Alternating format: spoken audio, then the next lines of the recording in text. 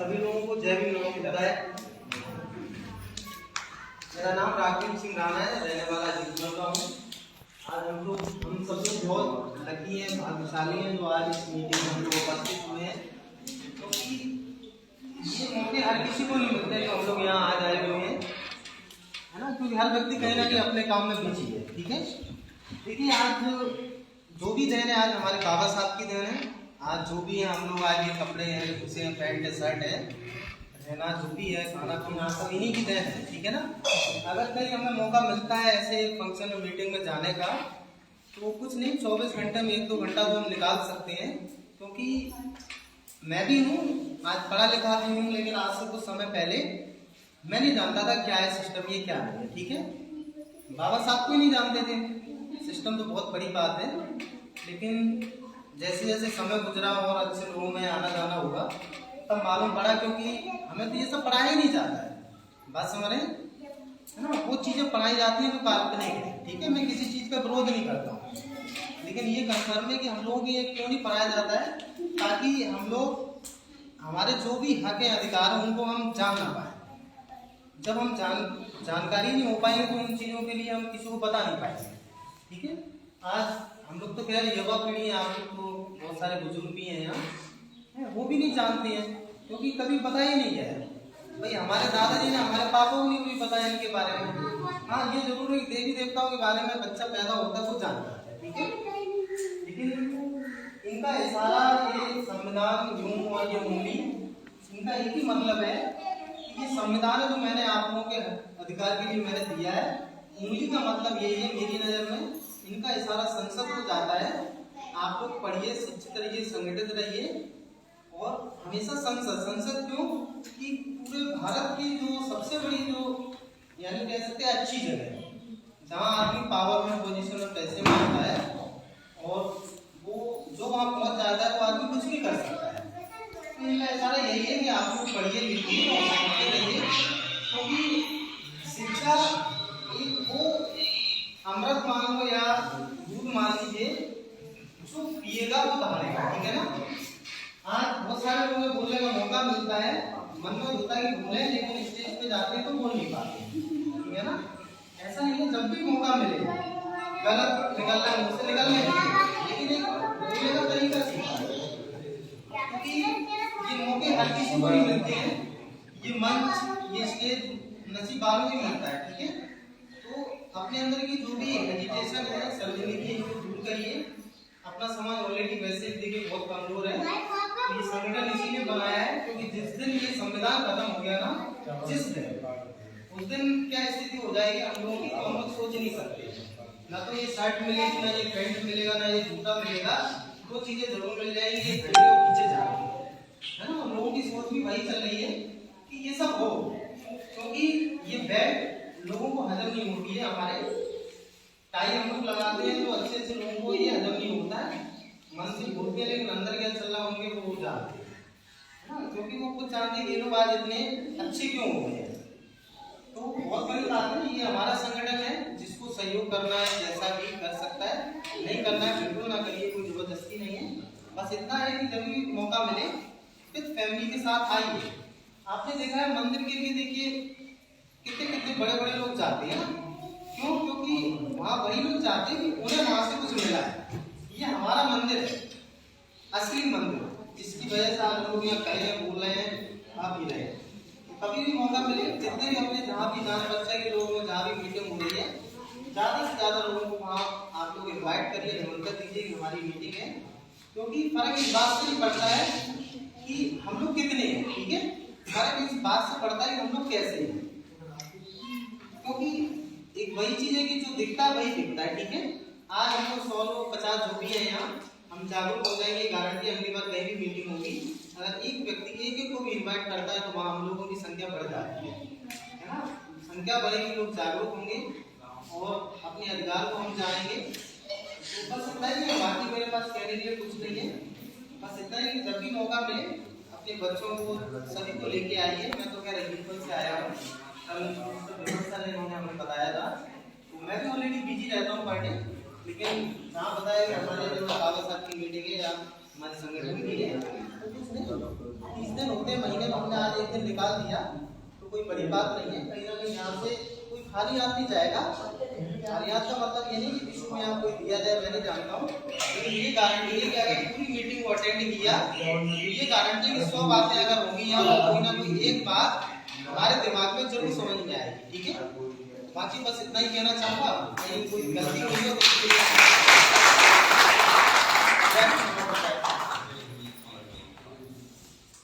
बहुत बहुत साधुवाद। अभी आप लोगों ने रावण सिंह राणा जी को सुना, उन्होंने आपके बीच अपने विचार रखे।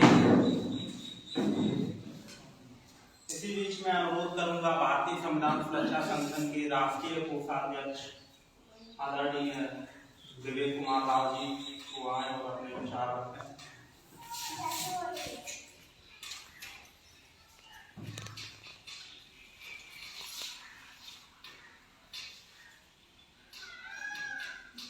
सर्वप्रथम करुणा के सागर, दया के भंडार और इस बाबा साहब बी आर अम्बेडकर जी के पावन चरणों में नमन करते हुए एवं भारतीय संविधान सुरक्षा संगठन के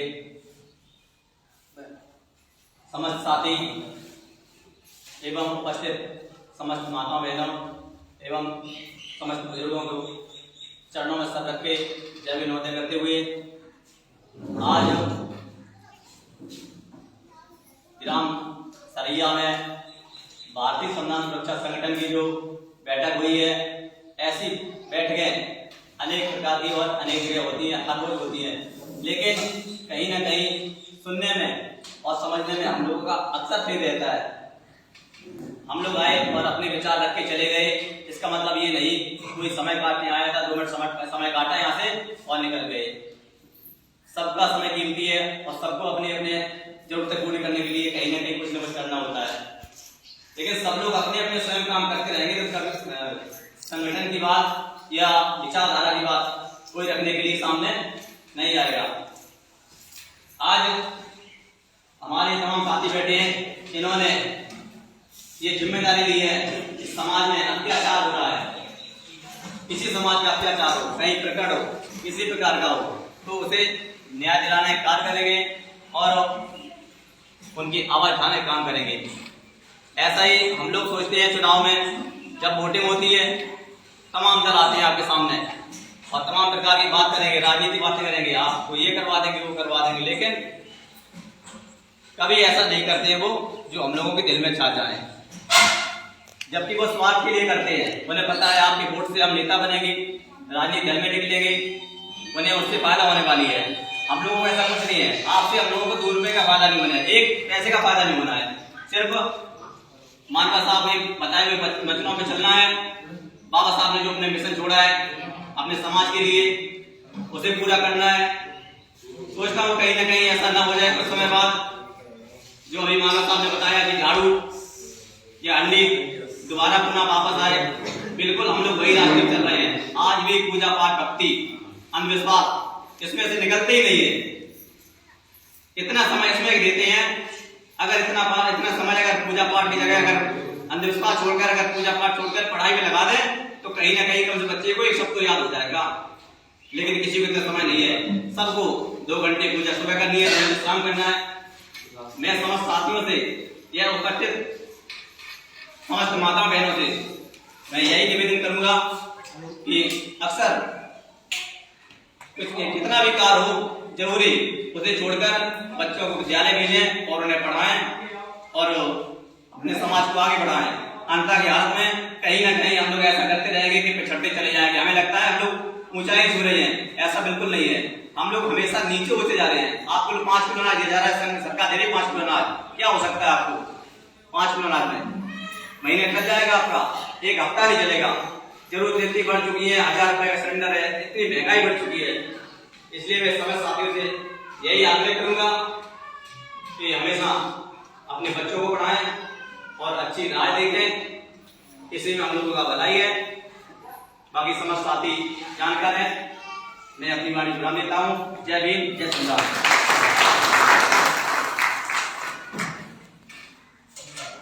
इसी बीच में अनुरोध करूंगा राष्ट्रीय प्रवक्ता वीर सिंह राणा जी और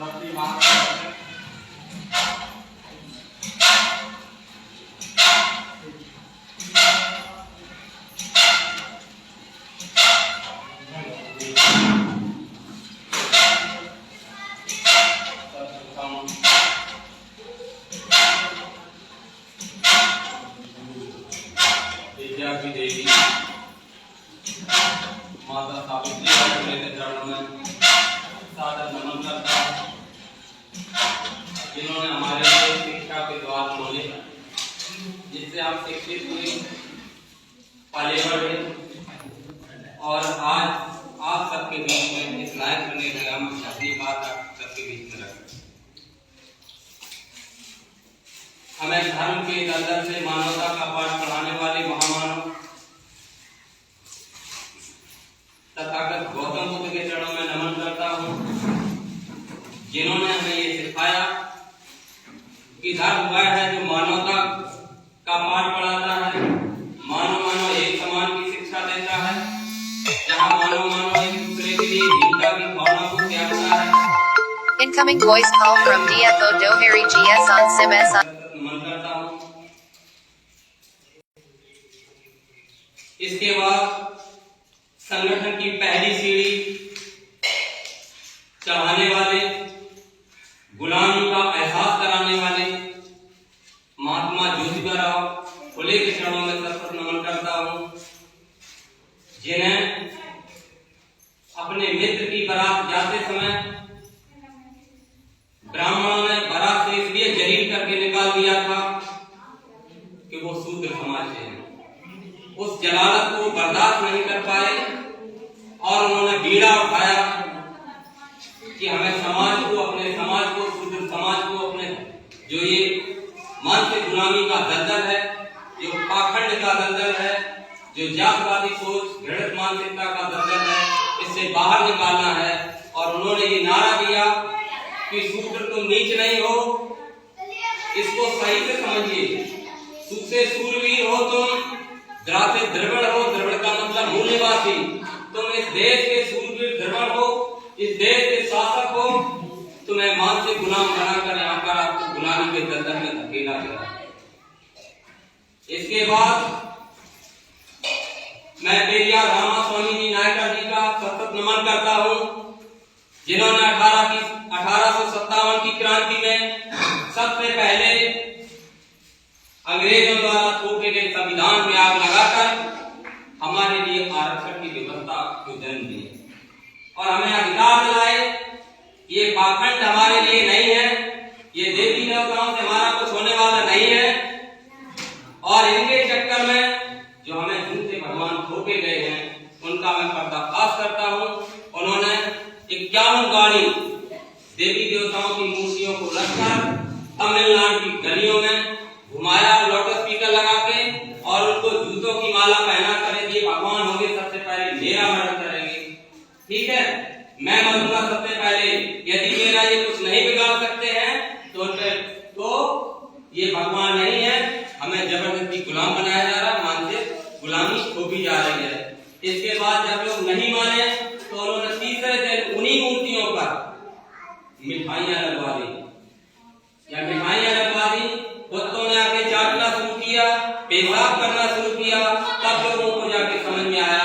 और इसके बाद आज तमिलनाडु में जब से आजाद भारत हुआ आज तक कोई भी आरएसएस या बीजेपी का सांसद या विधायक या प्रतिनिधि चयन होकर नहीं आया। वहाँ हमेशा बहुजन समाज की सरकार होती है, बहुजन समाज के लोग भी वहाँ की कुर्सी पर बैठते हैं, तो वहाँ किसी भी प्रकार का बहुजन समाज के लिए भेदभाव या मंदिर मस्जिद नहीं। तो हमें भी जागरूक होना पड़ेगा। इसी क्रम में जब गुलामी के लिए संघर्ष करते हुए हमारे तमाम महापुरुषों जो वीर गति को प्राप्त हुए, इसके बाद ज्योतिबा फुले के बाद डॉक्टर बाबा साहब भीमराव अम्बेडकर जी का जन्म हुआ।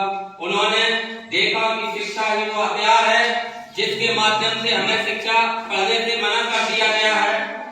इसके बाद हमें जबरदस्ती मानसिक गुलामी थोपी जा रही है, हमें देवी देवताओं और पाखंड की तरफ धकेला जा रहा है। तो उन्होंने एक एक चीज का गहराई से अध्ययन किया और गहराई से अध्ययन करने के बाद पाया कि गुलामी की शुरुआत माताओं बहनों से होती है। माता बहनों से होती है, तो उन्होंने माता बहनों को जगाने के लिए, क्योंकि पूजा का सबसे पहला प्रारंभ माताओं से शुरू होता है।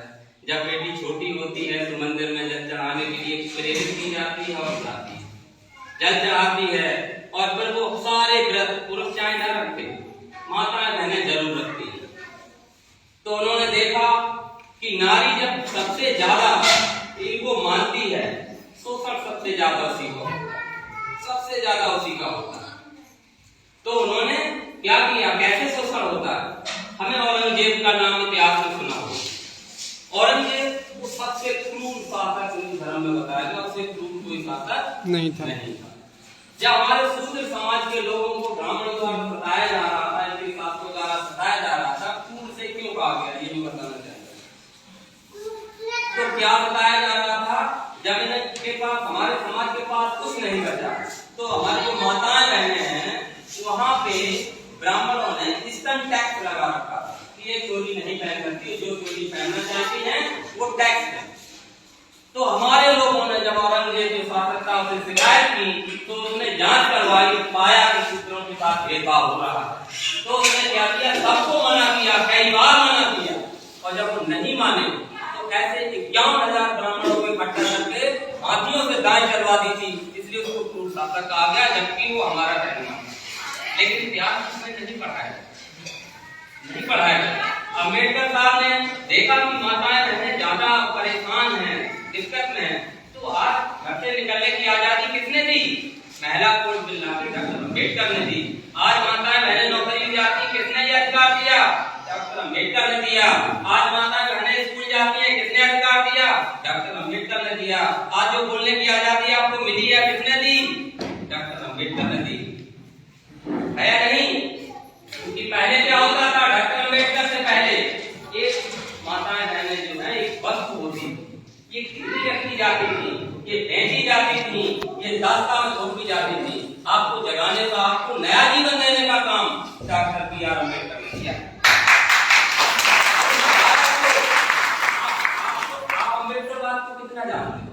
ज्यादा से ज्यादा अम्बेडकर साहब पैदा हुए थे, वो जमात थे, वो ये थे, वो महात्मा। लेकिन इस भारत को नया जीवन देने का काम किसका है? डॉक्टर अम्बेडकर का। इस बिजली का हमको इंतजार कर रहे हैं, वो किसने दिया? डॉक्टर अम्बेडकर ने बेड को भारत में लाया। जो हम लोग पानी के लिए, आज पानी पूरे भारत में हो गया, पहले नहीं था, पूरे के साथ दिया हुआ। तो ये परियोजना किसने दी? पानी कौन लाया? हर व्यक्ति के जुबान पर। ये डॉक्टर अम्बेडकर ने रियंद बांध परियोजना, बाखड़ना बांध परियोजना, ये सारे परियोजनाएं, चाहे वो कोई भी कावेरी परियोजना हो, कोई भी, ये नदियों को जोड़ने का काम, बिजली के बड़े बड़े ग्रिड, ये अम्बेडकर साहब की देन है। जब नदियों को जोड़ा गया, ग्रिड सिस्टम फैलाया गया, तो पानी फिर समुद्र में बहते नहीं गया, और हमारे यहाँ का जल स्तर सुधर गया, तो हमारी भारत तक पानी आया, जो हम लोग गड्ढों में, पोखरों में, गंदे नालों में मेढक हटा के पानी पीते थे हमारे पूर्वज। वो ये आपको बिस्लरी की बोतल अम्बेडकर साहब की देन है। जानना चाहिए, समझना चाहिए, क्योंकि यहाँ तक हम नहीं जाते। अम्बेडकर साहब कानून मंत्री हैं, हाँ कानून मंत्री बने इतना, लेकिन कानून मंत्री बनते हुए उन्होंने हमारे लिए क्या किया, ये कोई नहीं जानता। अम्बेडकर साहब यदि संसद तक गए तो संसद में उन्होंने हमारी माताओं बहनों के लिए क्या किया? हमारी माताएं बहनें पढ़ लिख कर आ गई, लेकिन ये किसी ने नहीं पढ़ा कि अम्बेडकर साहब ने हमें आने लिए क्या किया। ये जीवन देने वाले, ये धोती देने वाले, ये कपड़े देने वाले, ये लिबास देने वाले डॉक्टर अम्बेडकर हैं। आपको गिरवी रखने से रोकने वाला अम्बेडकर है, आपको बेचने वाले से रोकने वाला अम्बेडकर है। तो उस महान नेता को हम क्यों नहीं? हमें ये देवी देवताओं क्या थे? देवी किसे कहते हैं? जानते हो आप लोग? कोई जानता है? नहीं जानते? मैं बता देता हूँ। जब हमारे यहाँ मनवार था अम्बेडकर साहब से पहले, तो क्या होता था? हम लोगों को जो कि झोपड़ियों में रखा जाता था। कितने परसेंट समाज लोग? 85%। कितने परसेंट लोग? SC, ST, OBC और माइनॉरिटी के लोगों को घर मुहैया नहीं, और उनको गांव से बाहर जाने के लिए मजबूर किया जाता था। ठीक है, तो अम्बेडकर साहब ने इस व्यवस्था को परिवर्तित किया। तो देवी किसे कहा जाता था? उस समय में ब्राह्मण लोग हमारे यहाँ, हम हम लोग उनकी गुलामी करते थे। इसके बाद वो लोग हमारे यहाँ भीख मांगने आते थे। उसी पीरियड में वो भीख मांगते मांगते क्या होता था, हमारे यहाँ की बहन बेटियों को देखे जाते थे जिनकी उम्र 8 से 12 साल होती थी। उन माताओं बहनों को क्या होता था, 4 ठाकुर लठैत आए और वो पहले तो आपसे मांगा कि मंदिर में देवी बनाने के लिए हमें इसकी जरूरत है, ठीक है। तो कुछ ने तो दे दिया कि चलो हमें भगवान नहीं मिले, आज मेरी औलाद है जो देवी बनेगी, जाके सब लोग पूजा करेंगे, दे दिया। और जिन्होंने नहीं दिया वो 4 लठैत मार लाठी वो ले जाते थे। इसके बाद मंदिर में क्या होता है, मंदिर में आपके घर से बेटी गई देवी के रूप में, और वहां वो 4 जो वो लोग थे बाबा